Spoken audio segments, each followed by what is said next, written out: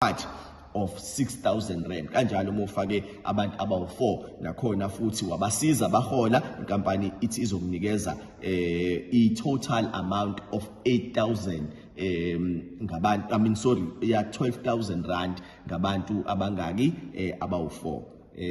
Nakhe ke sidlula sesizokhuluma manje ngokubaluleka bokwenza i-network marketing. Okubaluleke kakhulu, ladies and gentlemen, ukuthi la mawufaka abantu awubashiyi kanjalo.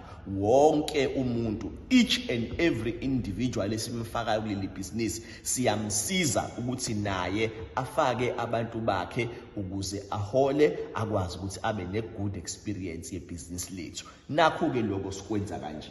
Usufake abantu abawu10 ebhizinisini lakho.